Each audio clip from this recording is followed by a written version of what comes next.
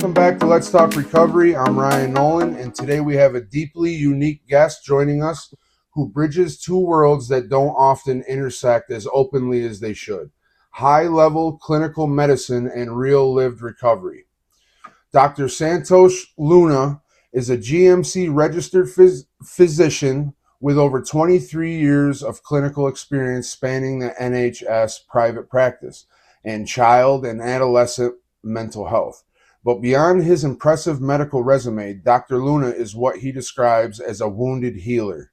Having navigated his own personal crisis and burnout, he is 18 years sober from opioid addiction and over 6 months sober from alcohol. Today, Dr. Luna combines his clinical rigor with authentic lived experience through his peer support practice, positioning himself as the qualified friend you always needed. We're going to dive into his journey, explore his 3 layers framework, and discuss how understanding default mode and task positive brain networks can transform our approach to healing. Dr. Luna, welcome. Thank you, Ryan. It's a pleasure to be here. As a doctor with over 2 decades of clinical experience, how did your medical training prepare or fail to prepare you for your own struggle with addiction? It's a long story, but summary is that uh, it was stressful to work in medicine and dealing with people's pain while you are in pain yourself, not physical, but the psychological or psychic or emotional pain, which we call. So it was mixture of. There were beautiful moments also, but. Let me jump on to the first time when I was reading through, because I was not very happy and I didn't know what it is. I had no. I was born in India in Hindu family, and I I had my thing that I wanted to do this. Medicine, and there are not many options, so that's Mhm. there are only two, and I chose medicine. So when I was reading in psychiatry, what causes depression, and I felt like I have depression, but I had no in-depth feeling, but it was something not good. I was not very happy. Mhm. And what happened was, when I was 12, my mom passed away. And it happened that it was painful, extremely painful. But I didn't have any understanding of afterlife, or I didn't know what death means exactly. I thought once you turn off the switch, it goes off. And uh, to be personally, I was angry on God. So I was born a Hindu.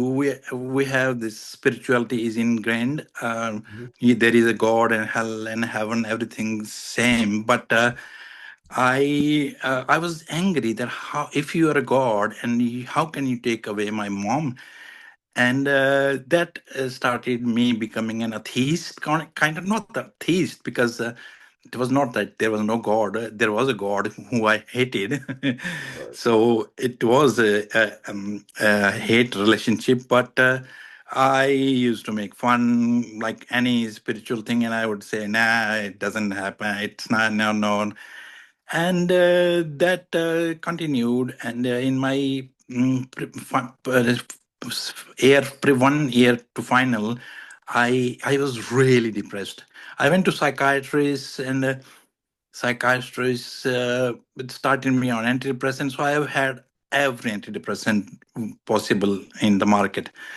Uh, they would make my mood better for a few moments, which I thought was psychological, Mhm. because now I'm off antidepressants and I am out of depression, which is not an antidepressant effect. I'll talk about that in later. But so I went to doctors, and one psychiatrist, another psychiatrist. They kept changing medicine, because once it stopped working, then they change it to the another one. There is a whole class of SSRI. Back then, there was no SSRIs. There were tricyclics. They used to call tricyclics clomipramine, and they had a lot of side effects, but they were I remember taking them and psychologically feeling, oh, I'm feeling good. And then after 1 week, I was back. Right. So, no, it was a psychological pain. I felt extremely bad. I missed my mom. And because I was born into a socioeconomic class, which is not very high. Mm. So that is in itself a social thing, which led to my breakup of my first girlfriend, and it was a confusion. It was not anyone's fault, but I had to. So a mother's absence, and then absence of affectionate source. It was painful for me emotionally, and I started experimenting with the medicines. In India, the prescription medicines can be without prescription. Mhm. So I started with Xanax, alprazolam. It's alprazolam chemically as Mm. Xanax, and momentarily it gives you benefit, but it's not a healthy coping strategy. But then I went from my state to capital city, and there my real drug addiction started with I was working in anesthesia, and that means all the chemicals are in front of you. And being in that emotional pain, I started experimenting, and the easily available were codeine phosphate, which is cough syrup in it is. Mhm. And but when inside, even inside it goes inside your body, it turns to morphine, so it is a classic opioid. Mm. But when I used to take it, I felt the euphoria. It was like happiness for maybe 10, 20, 30 minutes or hour at the most. Mm. And that was, I liked it. Right. That was my drug of choice. Mm. And apparently it would relieve me from that pain I was having, the missing of mom and a missing of my relationship. So I started taking it, and it was easily available. So it was, I still remember my bag used to be full of those cough Mm. syrups, and I would take it and try to be on the high 24/7, not 20, while awake. While Right. I was sleeping, that was different. So, Yeah. um, but Yeah, I wanted to say, so early on in life, you had the trauma of losing your mom when you were 12, and yeah, then you lost your girlfriend early yeah, on, and that was kind of the stepping stone to how you got started in addiction. yeah, yeah, Okay. yeah, yeah. And excuse me. And then I still remember it's more than it's many years. Like it, I was in New Delhi in India, and I was working, and the work is in Indian culture is little different. That you have to work at any cost, Hmm. and you should be earning. So, but I remember that I was always under the influence of this, and but it is the I used to compare it with alcohol. They don't have smell, so Right. people don't say that you're drunk. So, but you are drunk inside. So, yeah, but the guilt feeling that accompanies it is extreme. I hated myself. I remember it was not a good place. And then from cough syrup to I started experimenting with the anesthetic drugs. It's important to tell that I used to inject my veins. Mm. Pethidine is also one of the opioids. It also used to give me that euphoria. Mm. And then ketamine. Ketamine is one thing that I started injecting, and it would give me different views. People call it hallucinations. It was different. So these kind of things, and but the baseline was codeine phosphate, the syrup, which I can buy from shop, because Mhm. I was not always able to take the things from Operation Theater where I was working, and I felt bad. But I compare this with the stealing and the low moral things people do when they are under the. So I knew I'm a doctor and I'm Mhm. stealing Yeah. medicine. But So did you being a doctor and having the understanding of the chemicals and the medicine, you were able to like navigate and pick out the exact substances that you wanted to do, right? And you knew how to yeah, like navigate the system and be able to obtain them, right? absolutely. And Yeah. I remember it's how I can say it's self sabotage, but in a way it's partial self sabotage because I remember when I used to inject, I used to clean my skin with the antiseptic. Now Mm, that's strange that you are taking poison, but you are making it a sterile option. right. But that's like a, I will call myself as a childish act. But yeah, because I didn't want to get infected by bacteria. Right. uh yeah, I mean, you having a clinical background and yeah, a doctorate, I mean, obviously you understand the importance of a clean injection site yeah, to avoid the infection, but on the same token, you understand yeah, the using of the drug, what it's going to do to you psychologically. yeah, It's like a catch 22 thing. You're being absolutely. safe but unsafe at the same time. Absolutely, absolutely. My safety part was the training that you do the clean stuff, but the drug taking part was the pain, the emotional pain, which was, the traumas of life, and I wanted to get rid. People have different traumas. I had my mother and the relationship trauma and the social status thing trauma.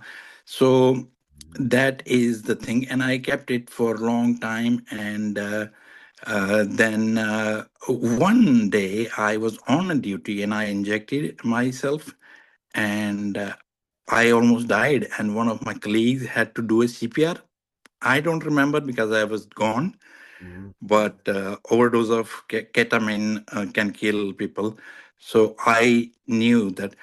So, but then, when I was angry at God, but God kept showing, and here the another entry. My head of the department was from the same city where I was, and when she knew that I had this episode, she just talked to me and she said, "Santosh, do you need help?"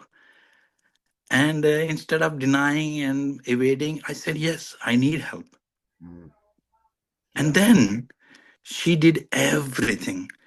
She got me admitted to a de-addiction center, which was one in whole of India.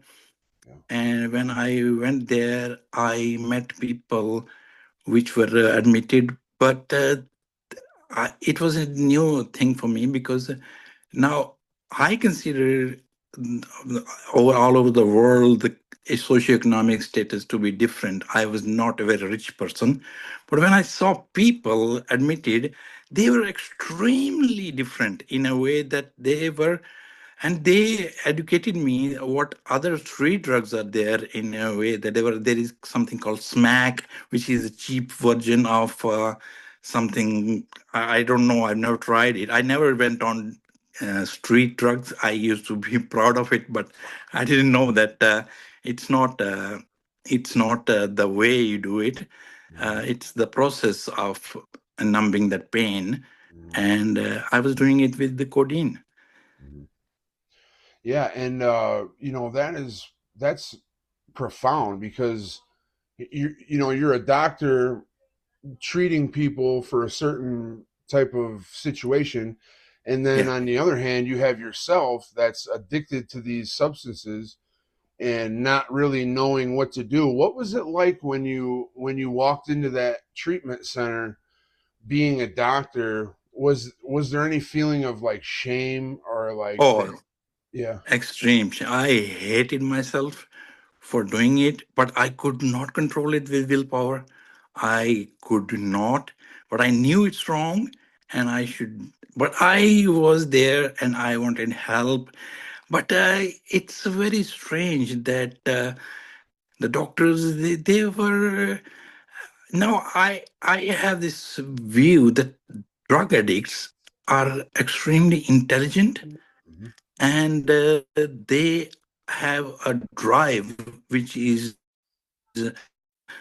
stronger and powerful people Mhm. who have never been into this. This is truth which I have seen the proof again and again. So the doctors which used to talk to me, they were nice people. They were trying to help me, but it was not a good place. So I had to I had to uh, find out. I remember I had to run away from that place because there was something I had to. And the cleverness, I was a very big fan of human intellect, which I'm not now, Mhm. because there is something bigger than intellect, which we can use the word God or love or universal presence. Without going into religious thing, which religion is not bad, but few people have different definitions. Especially when I was working in England, there you can't talk about God while you're a doctor. It's strange because this is a beautiful thing which is available to us for free. Mhm. You just have to pray Mhm. and it's available to you. But yeah, but that's a different thing. But that I, in my personal, when I work on one to one, then I can ask if it is okay, because for me it's very important that God or universal love, that's very important. I know in 12 steps also there is something higher than you. It's same because I so I can get it tangential. So let's start with the.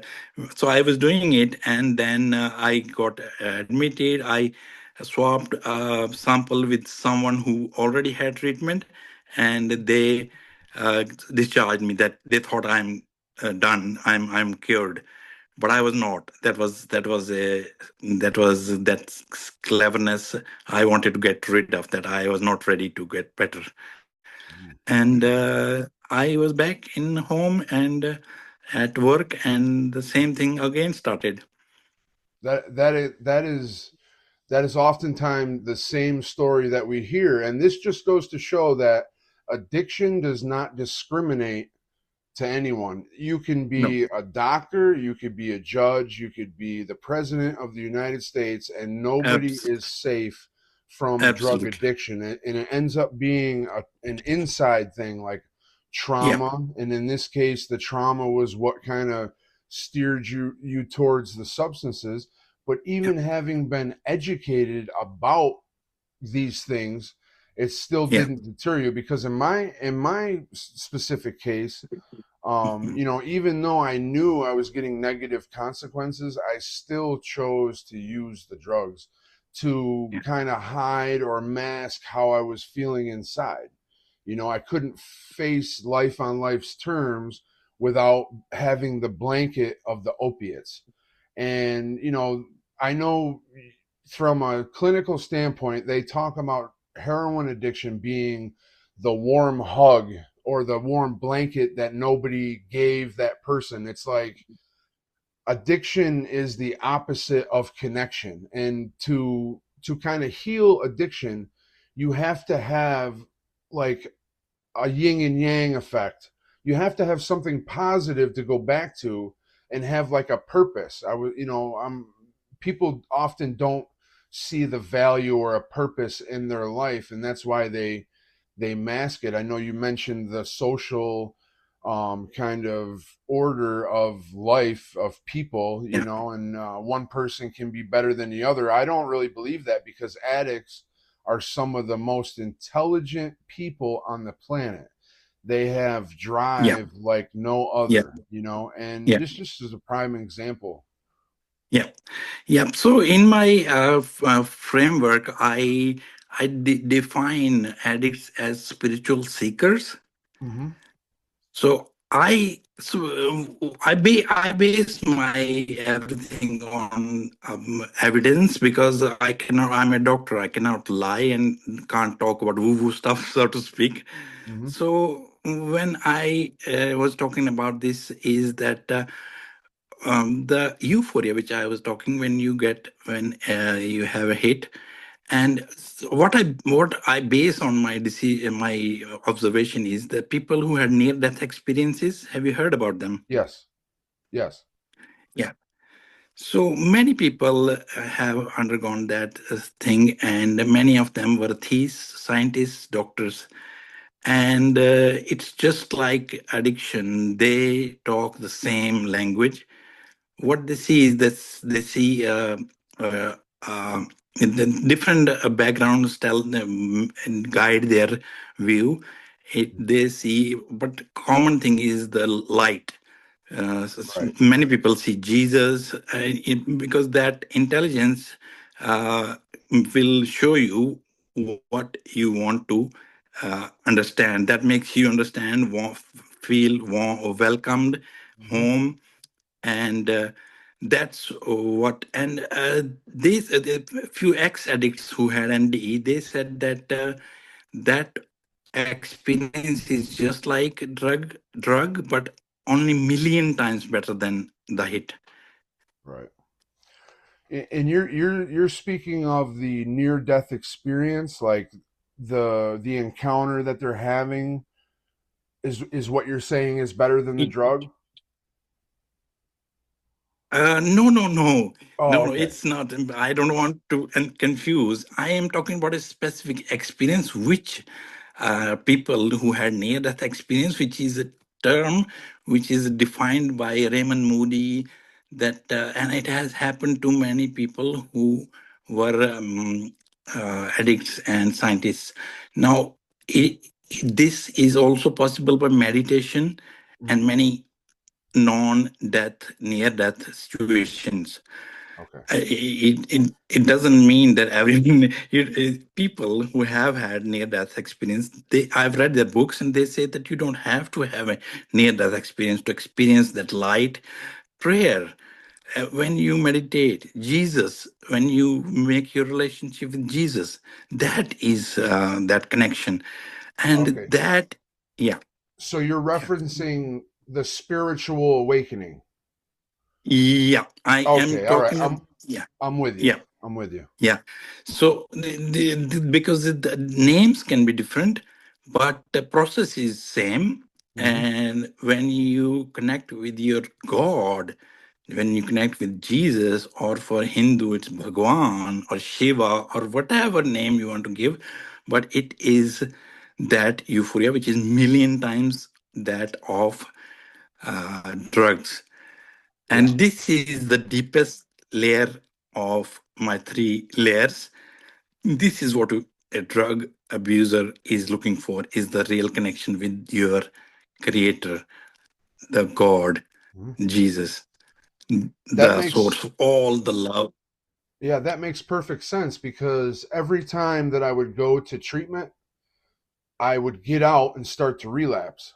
And then I would go back. Well, three times I went back and forth, kept using it. On the last time, I started to look at the spiritual side of things. I started to pray to God. I started to read the books. And something happened to where I stopped trying to stay clean. And what another piece to the puzzle of the spiritual awakening is ego death. Suddenly we by having the spiritual awakening, we are, brought to see our divine purpose. Like we have a purpose in life and there's a Absolutely. there's a power greater than ourselves and we start to Yes, live a better life. absolutely. And this is what we are doing. Many people who had a near death experience, when they are talking to divinity, they are told that you all have purpose. All humans on earth have a purpose. But if we don't know, we have forgotten it. There is a purpose for forgetting also, because we can focus on. present moment. Mm-hmm. And the purpose you will find out in due course. Maybe this talk is a purpose for us to help Mm-hmm. people. That's what I feel, that I should help people who are in the process, in the beginning, and do my best. That's all the Absolutely. foundation of, yeah, what we are doing. And I think it's a divine work. I think it is. Absolutely. Yeah. Do you find yourself do you do like NA meetings or anything like that? How do you stay clean on a daily basis like today? So when I was consuming alcohol, I used to take one bottle a day, because when opioid, I stopped opioid 18 years ago, but I didn't become no sober. I started alcohol. Alcohol is easily available drug, and alcohol is. I was reading continuing professional development course, which showed that there are 9 ways alcohol acts: marijuana way, opioid way, and there are others. And it's easily available in a shop. You can Right. buy it. And that's one of the things that alcohol. But I was doing it, and I was taking alcohol one bottle a day, and uh, people, scientists tell that people's brain shrink if they drink alcohol all their life. uh, if not shrunken, but there is some effect. Right. And I was not. Now it's been 6.5 months, and I have started. People say it takes 1 year of abstinence, so it's still initial days, but it's different. I, I'm unemployed right now, and I'm not earning. Only my wife is earning. She's a dermatologist. She is my pillar, because I will jump here. When I was angry on my God for taking my mother, Mhm. I didn't know God didn't abandon me. God was working on my wife. She was going to Israel, to China, to have a different experience, Mhm. so that my wife is a Slovakian. I'm Indian. Mhm. So she understands my culture, my beliefs. Absolute. It's very strange how she does it, but Mhm. that's what God was working on. I think I may be wrong, but that's I like to think. And because Right. she has been a sport, so much sport to me, Mhm. and being a medical doctor, she knows. She is a better doctor than I am. I'm more Mhm. of a psychiatrist than, but she is very meticulous, that she doesn't make mistakes. And that the mental, the logical. I'm more intuitive. She's more logical. Right. Yeah, yeah, So, in your early addiction and yeah. when you were using the opiates, were you worried about possibly your using substances affecting your work in treating patients, or were you at that stage when you were using the codeine? Yeah, so I will not call it clever because it was stupidity, but I used to think I'm clever. So I was not using those substances which make you stupor, or you lose your consciousness. Hmm. But that's why codeine, it you don't lose your consciousness, but and not the intelligence. Everything is intact, Hmm. but you are not yourself also. It Right. is addiction. Yeah. But yeah, that was that I selectively used intelligence, which was not intelligence.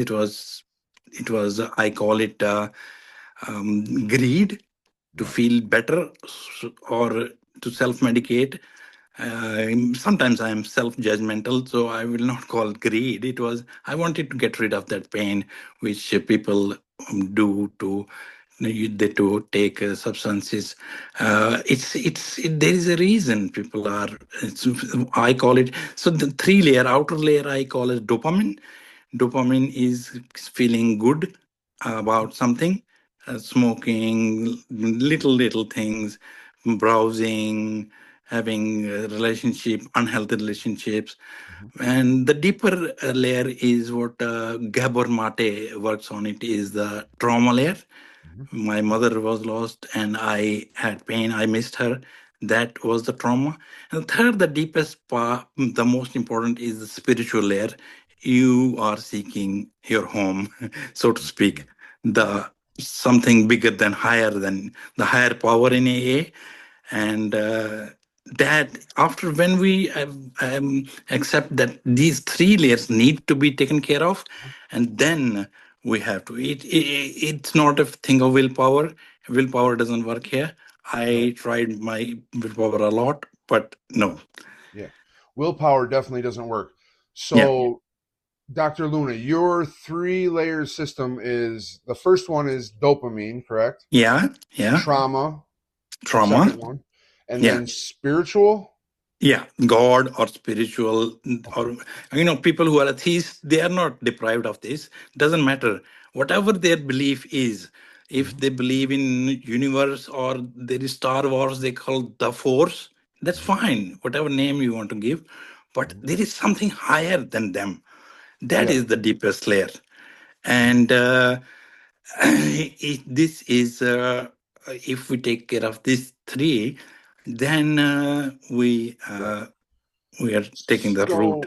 So, so the first layer being dopamine, does this kind of say that somebody who is early in addiction may have not received enough dopamine through relationships or hobbies, because the body naturally releases dopamine, right? So if you're not feeling love from your parents early in life, you're going to have a dopamine deprivation, correct? Yeah, human connection is very powerful. Human connection is very important and powerful, and it takes care of our well-being. It has been shown that over many criteria, human connection was the most powerful for longevity of human beings. So when we connect, we are getting healthier in many ways, Mhm. psychologically, neurotransmitter Right, wise, and spiritually, because we I believe that whole world is a family and God is parent, so we are all spiritual siblings. right. Yeah. So we got layer one, dopamine, and layer Yeah. two is trauma. So Trauma. now the first one, the dopamine one can happen from 0 to 4 years old, like that Yeah. lack of connection with the mother, maybe, Yeah. and then trauma being Yeah. something traumatic that Yeah. happened throughout your life. Yeah. Okay. Yeah, yeah. Some different kind of abuses, because adults cannot be responsible all the time, and it's very prevalent in our society. But yeah, and a child who doesn't understand, maybe anything happened which they don't understand, and that trauma will reside inside their psyches and bodies, and that will come up as thirst, which like in John 4:14, it was written in on a church where I was living, where I was born, Mhm. that it was written on a tank of water that those who drink this water will become thirsty again. I never understood that back then, but it was about temptation. It was not about water. It was about temptation. That those who go for temptation, they will not get their thirst quenched, but they'll be tempted again. So Mhm. when we go for a drug, we will not be satisfied. We will be again tempted. We Yeah, will want more. that's right. So when going back to the three layers, if we Yeah, have two out of the three, right, and then the yeah, third one being a disconnection of purpose, I'm yeah, guessing. So if you're yeah, feeling like you're not getting value out of your life and yeah, you've got all those three things, you're surely headed towards some sort of an addiction, yeah, correct? yeah. Okay. And if we don't acknowledge all of them, we Mhm. will go into relapse. And we need to take care of all the three. I call three, but we can take it as one. That we have to find our deepest root, our creator, God, which I call. Mhm. traumas which happened to us in our childhood that we need to heal. And then we should be aware of that dopamine is not a bad hormone, but balance of dopamine. Right. Yeah. Yeah. And do you feel that positive self-talk is an influencer of addiction, like the critic in our head, self-talk, like if we're negative to ourselves all the time, that we have to stay positive, like positive affirmations. Yeah, that's very important thing because there is a scientific name for that part of the brain which is called DMN, default mode network. Default Mhm. mode network is a primitive network which is designed to save us. Like when there used to be a tiger, so default mode networks would say that, oh, that sound seems to be tiger, so get ready, either run or get ready with weapons. Right. But in present scenario, when tigers are not that prevalent, it becomes like, oh, you are not enough, oh, you are bad, you did this wrong, and this default mode network keep that is what you were referring to, the self talk. And this talk, if you believe it, which you should not, but it Right. talks like that you have to believe, Mhm. because what else? But yeah, then at the same time, there is TPN, task positive network, which is which if when you become aware of your default mode network, that okay, it is telling that I'm wrong, I'm bad. Is it true?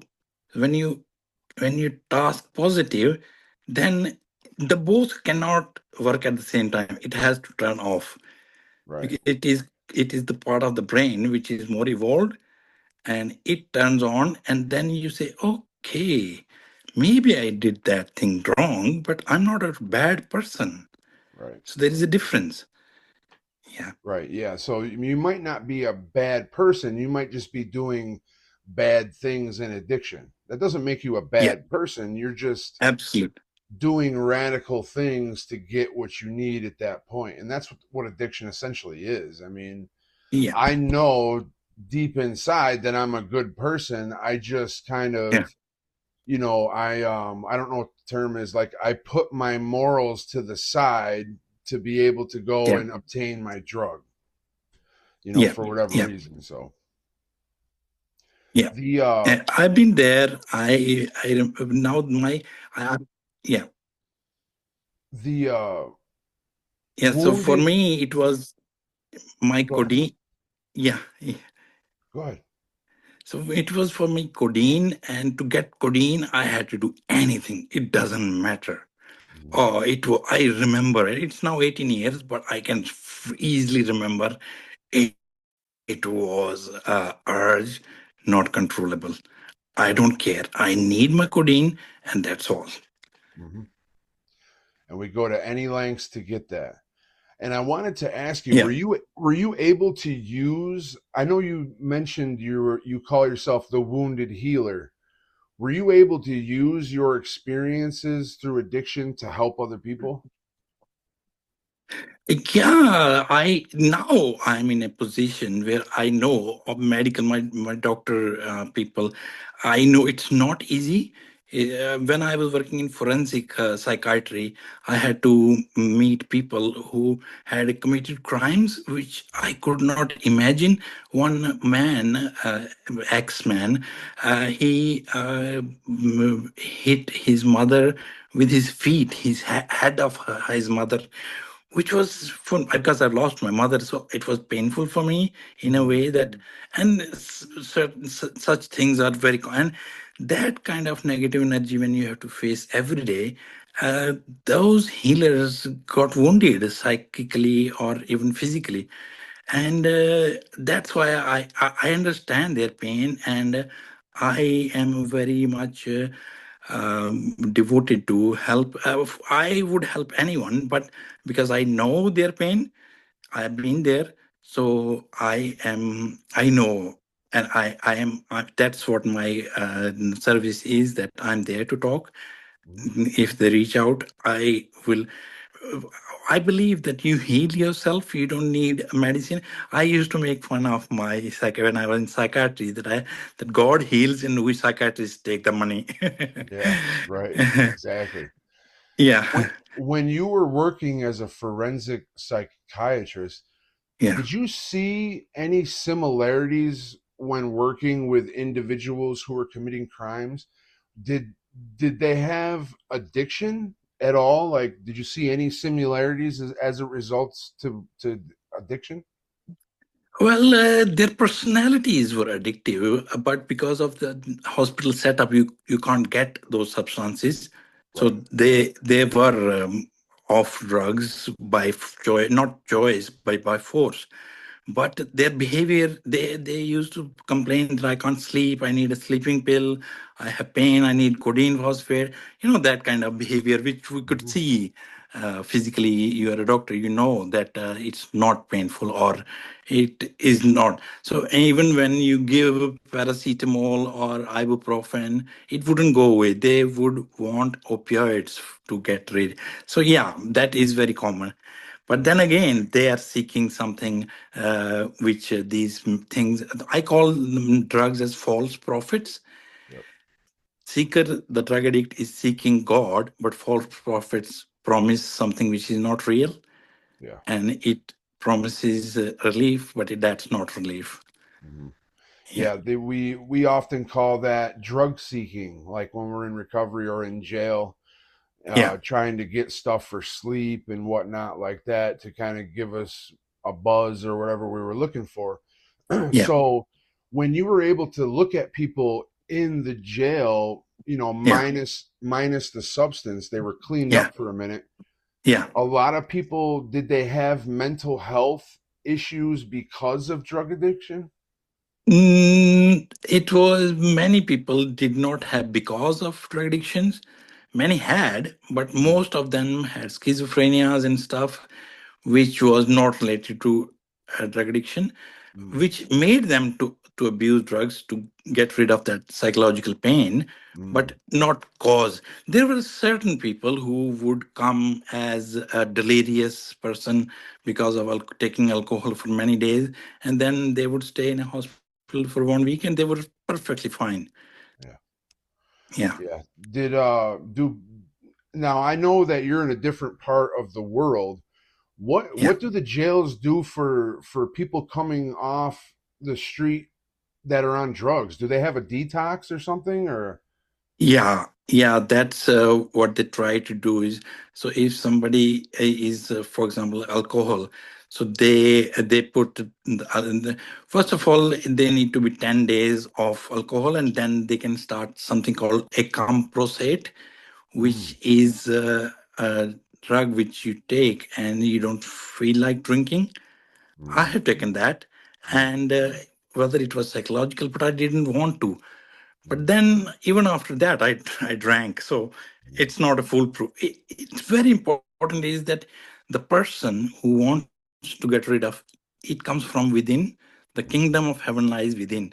So I have to see at my kingdom of heaven. I have to be in touch with my uh, God, the Christ consciousness within me, mm, the my higher self, yeah, because without that, if you cannot force someone's sobriety.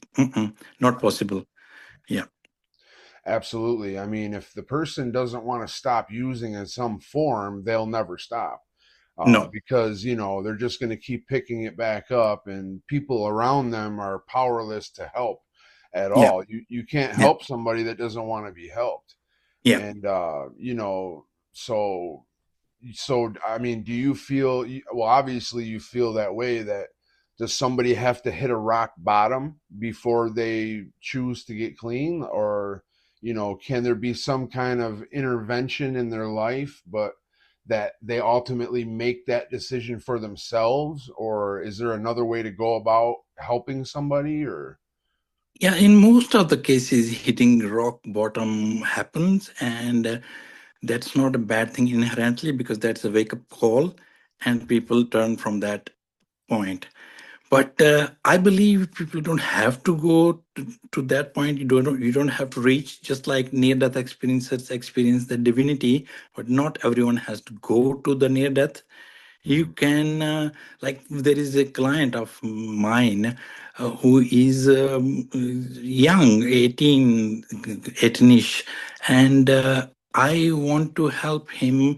He has the whole life. If I met someone like him, I would be very fortunate. I met no, I met psychiatrists, and they would say you are on a road to hell. But that didn't change my road to hell. I went to Right. the road, and I went to the hell. But I can help people. I want people not to go because it's a wastage of time. You can use that same time for good things. We basically are peace and joy. We are spirits in human bodies. We're not humans having spiritual. We are having spirits having human experience, and we have to find ourselves. Know thyself was written in some temple of Apollo in Delphi. Know thyself is that if we know ourselves, we are that spirit, spark of divine father's child. So, what Jesus could do, we could do. Jesus said that what I could do, you could do. Father is same. So we have to understand that we are that divine. We are a drop of the ocean, but the ocean, the chemical nature is H2O. It is same. It is God and us are same. Divinity is same.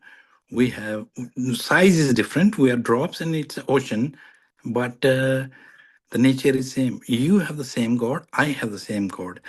A drug addict has the same God. We just have to get in touch with that. Mm-hmm. So, how can, or what would you say to somebody that might be struggling right now? What would you say to them, as far as inspiring change? Inspiring change. I am 18 years out of drugs and 6.5 out of alcohol, and I'm so happy. I'm unemployed. I'm not earning. I Right. still have to find my first client. But Mm-hmm. the peace that passeth all understanding, they say, Mm-hmm. that is here. I am happy. I play with my 6-year-old son, and we make Instagram videos so that I spread my word that Mm-hmm. I'm here. And if somebody cannot pay, it's all right. Because when I was going to seek help, I couldn't pay. I was not offered help with finance, but I am not like that. I want to be different. And if somebody cannot pay, it's all right. My reward would be the sobriety of my client. If I change 10% of what I see, I'll be very happy, because this happiness, because we are a family, and I'll be helping my sibling, spiritual sibling, so to speak, and that reward is beautiful. Mm-hmm. Absolutely. There's a lot of people out there that don't realize there's help for, how they're feeling. Absolutely, absolutely help. It's strange that I'm in here in Slovakia and you are there in US, and we're talking like we're in a room. Right. This God has made us so easy to seek help. It's so Mm-hmm. easy. Yeah, it was really hard for me in the beginning to ask for help. For some reason, my ego was like keeping me from doing it. But, Yeah, viewing your perspective as a doctor and a clinician, and being that you had some of the same struggles that people that aren't so educated, on a yeah, lower social ladder, if you will, can yeah. can face some of the same things, but we help each other. We help each Yeah, other. yeah. And now when I have seen the different hierarchy structure, but now I have come to a conclusion that we all are same. Mm-hmm. We are a network, and God is one node of that network. Absolutely. God And it's not like God is a king and we are the beggars. No, it's not. No, it's old thinking, and it worked when it worked. But of course, the God is ocean. We know the magnitude of love, and but we are a network, Mhm. and some people say that God was getting bored in heaven, so he fragmented itself into billions of and billions of parts, and it is experiencing life through us. Mhm. Do you have your own practice right now? Online only because I'm in Slovakia. I don't know Slovak. I'm learning, so I'm Right. not. Yeah. It wouldn't be justice because psychiatry in communication, I can communicate in English, but not in Slovak. So Okay. I can only help those people who understand English, or Okay. my local language is Hindi, Punjabi. Okay. But So do you yeah, have a link to your website, or do you have a link where? yeah, Yeah. I'm on Instagram Okay. as addiction healing. I think if I will message you, we can put it on the Yeah. uh, We're gonna yeah. put a link in the description on this video where you Yeah, could reach Dr. Luna for psychiatric and addiction help. yeah. Even if they're from the U.S., that's fine. It doesn't matter, right? Doesn't matter. I love more US than Right. because we've been reading all US entrepreneurs and scientists, and we have a kinship which is different. Yeah, Hmm. yeah. Absolutely. And yes, and I thank you very much for coming on the show, Dr. Luna. And for anybody who is seeking help, we're going to have Dr. Luna's description or link in the description of this video where you can go and seek him out as a clinician. And I appreciate you very much for having the courage to tell your story. And Thank I you, want you to continue doing work to help people. And we thank you, will and stay in touch. yeah, Ryan, I want to thank you. What you are doing, it's a very good thing. This Mhm. is the purpose. And we need to spread the word, and we need to tell that addiction is not a disease. Mhm. It's a condition, but it's healable, and Mhm. healing is available right now. Absolutely. Addiction is no longer hopeless. There is a No, solution to this thing. You there don't is a have to solution. live that way anymore. Today is Absolutely. the day. Yeah. So thank you very much. And to our viewers, if you like the content, you would like to see more, please hit that subscribe button. And thank you for watching. And now, from beyond